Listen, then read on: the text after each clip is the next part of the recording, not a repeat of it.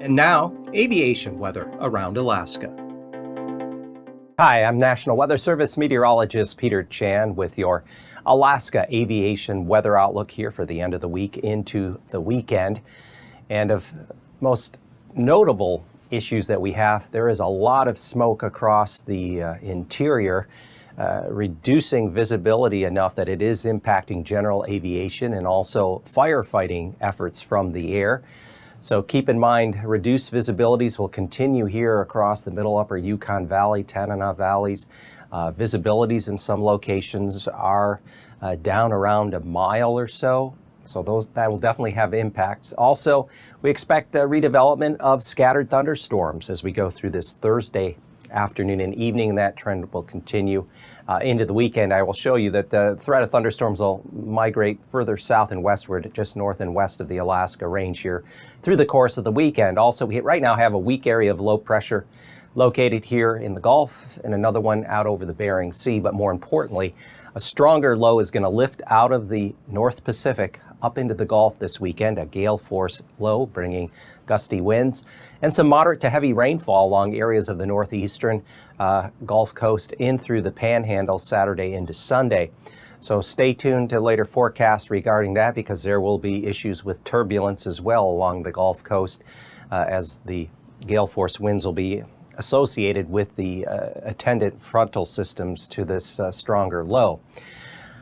Friday morning for the general weather here, we're looking at IFR conditions, the Panhandle back into the northwestern Gulf, especially eastern Kenai. And then as we go up through the interior, there still could be some isolated thunderstorms from Yukon Flats back up toward the southwest slopes here of the Brooks Range.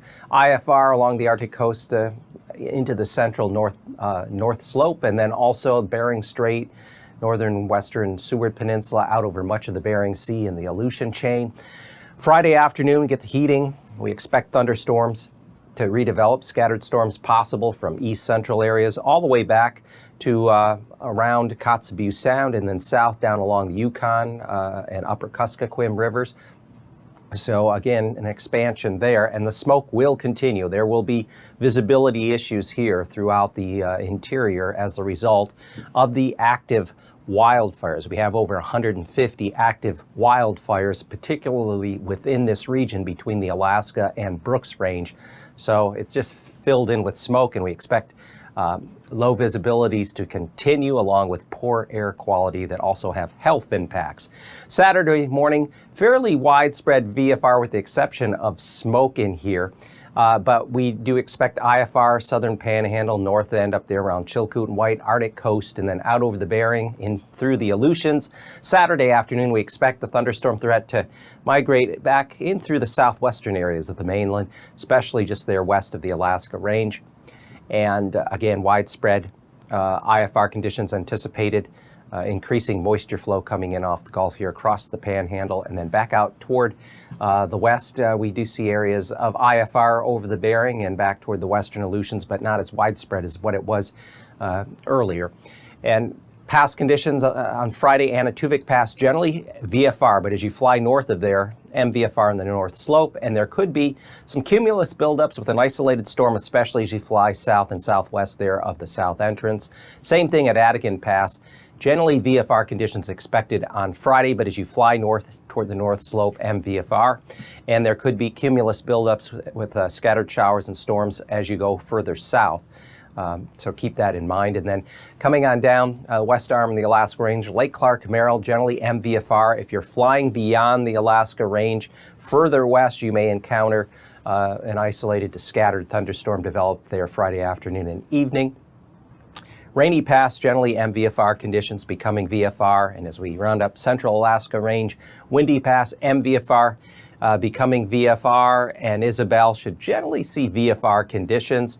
As we get to Mentasta Pass, MVFR becoming VFR, though MVFR conditions will hold as you fly further south across the northern portion there of the Copper River Basin.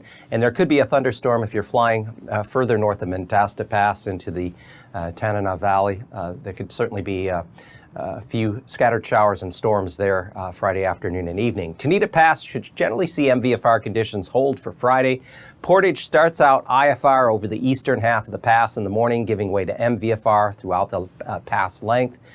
And then Chilkoot and White is expected to remain IFR throughout the day Friday there up in the north end of the Panhandle. Freezing levels aloft are highest actually across the northern third of the mainland at or above 10,000 feet. We find the coolest air aloft out over the Bering where we have this area of low pressure sitting there. And the greatest threat of any icing will be areas of the lower central Bering above 8,000 feet there, north of the central Aleutians, and then along and south and east of the eastern Aleutians and lower Alaska Peninsula above 10,000 feet. And then there could be some isolated icing above 10,000 feet, areas of the southwest and then up along especially eastern Alaska range. Jet stream level winds 30,000 feet. There is a jet core from the southwest of 125 knots starting to lift northeastward up toward the Gulf. Behind me, we find a core of winds at 30,000 feet south of the Aleutians, over 100 knots. And at 9,000 feet or 700 millibars, we can see the core of stronger winds associated with the area of low pressure that's going to be lifting out of the North Pacific. And that's just in advance. And then on Friday, we find a belt of 40 to 50 knot winds on the north side of the low circulation that will be lifting northward, and then a core of winds of 50 to 70 knots that'll also be lifting north and northeast. So again, it's going to produce some turbulence here as this system works its way up into the Gulf here by Saturday. In the meantime, on Friday, we do expect there could be some areas of moderate turbulence there just off of the on the North Pacific side of the Alaska Peninsula, with some isolated turbulence along the Pacific side of the Alaska Peninsula up through Shelikof Strait and the entrance of Cook Inlet. And also an area, there's some stronger winds at 3,000 feet and also could transfer to the surface with some mixing. So there could be some moderate turbulence just on the north side of the Brooks Range in there through the western portion of the North Slope from the surface to 4,000 feet. But you'll definitely want to pay attention to the upcoming forecast here for interest along the Gulf and Panhandle, as that stronger low will be working into the region on Saturday.